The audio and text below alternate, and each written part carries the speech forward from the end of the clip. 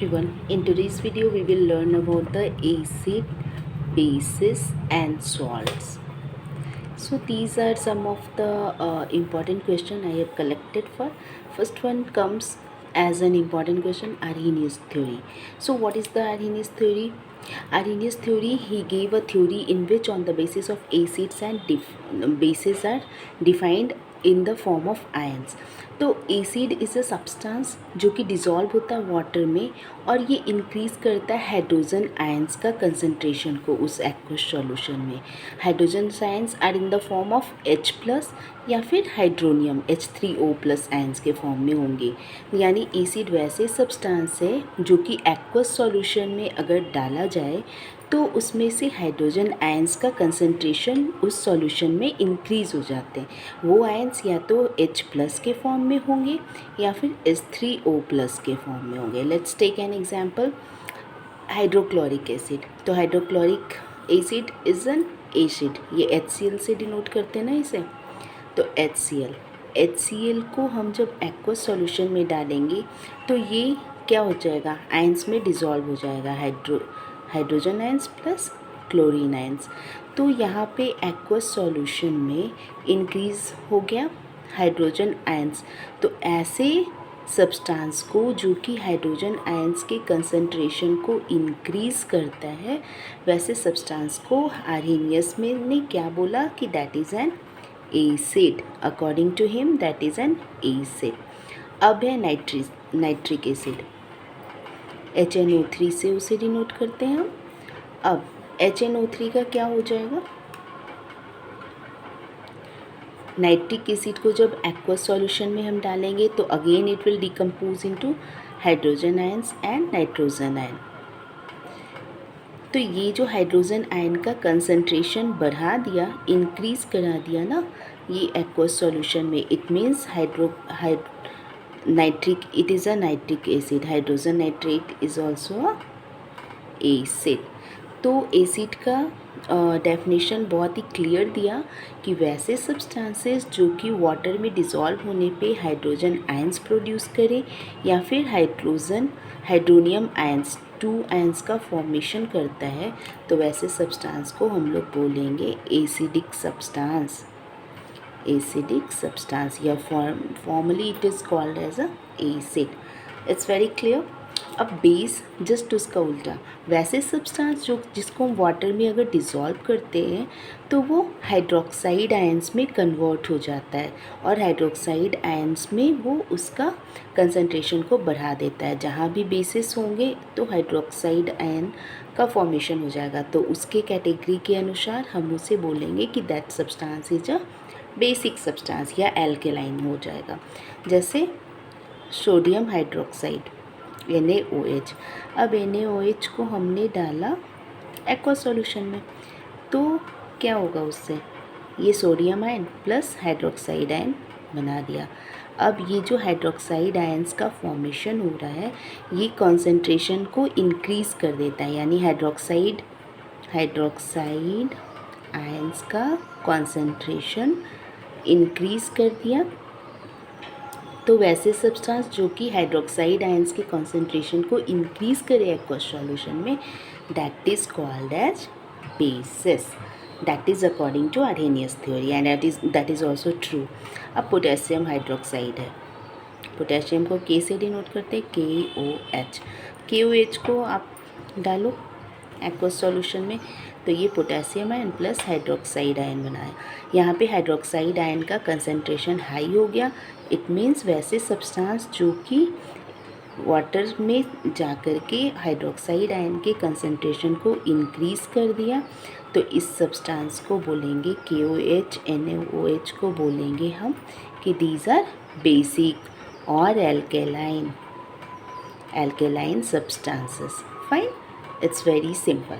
Now एक question आपका first, water acid and bases according to Arrhenius concept. That one question is ready for you. It's very simple. Just take out the example and define as I told you. अब है next question हमारा आता है, what is pH scale. तो pH scale क्या है, what is pH scale.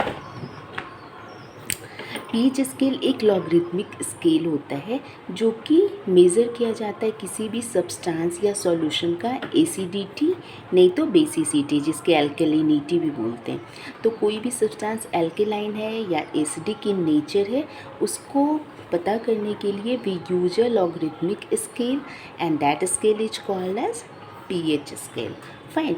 अब pH scale के बहुत सारे डिटरमाइनिंग है। ये 0 to 14 माना जाता है। 0 to 14 इसका रीडिंग होता है, यानी मेज़रमेंट। अगर पीएच जो है लेस दैन 7 है तो वो सॉल्यूशन या सब्सटेंस एसिडिक होगा। अगर पीएच इज इक्वल टू 7 है तो that substance is called as neutral. तो न्यूट्रल कौन से होते हैं? Pure water is a neutral substance. That will come in your 1 marks of question. ठीक है, तो ये प्योर वाटर न्यूट्रल सब्सटेंस होता है। तो पीएच जब इसका इक्वल टू 7 होता है प्योर वाटर का।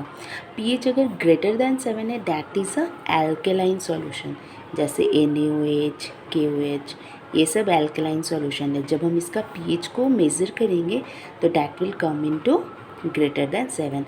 तो it's a very simple thing and that will come in your 1 marks question, may be in multiple choice questions. अब फॉर्मूला क्या है पीएच के लिए? फॉर्मूला उसका है pH equal to minus log hydrogen ion. ये उसका मॉलिकुलर फॉर्मूला, ये इसका फॉर्मूला है डिराइवेशन का। जहाँ पे हाइड्रोजन क्या होता है? Concentration of hydrogen, hydrogen ion जो है concentration of hydrogen ion in the moles per litre, यानी मोल्स पर लीटर सॉल्यूशन में जितने हाइड्रोजन आयन्स होंगे उसको हम पीएच का फॉर्मूला में डाल देते हैं, तब हमें उसका पीएच का वैल्यू पता चलता है। ठीक है, अब पीएच स्केल क्या क्या के लिए ज़रूरत होता है?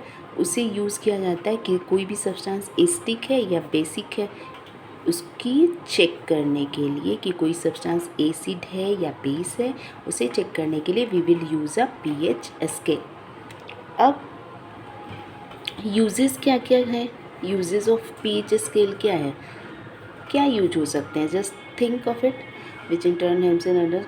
और जब पीएच स्केल से हमें एसिडिक और बेसिक सब्सटेंस पता चल जाएंगे तो एसिड का क्या बिहेवियर होता है, कैसे वो केमिकल कम्बिनेशन करेगा, या बेसिस के क्या बिहेवियर होते हैं, कैसे वो कंपाउंड या एप्लीकेशंस उसके क्या क्या होंगे, ये सारा हमारा पता चल जाएगा।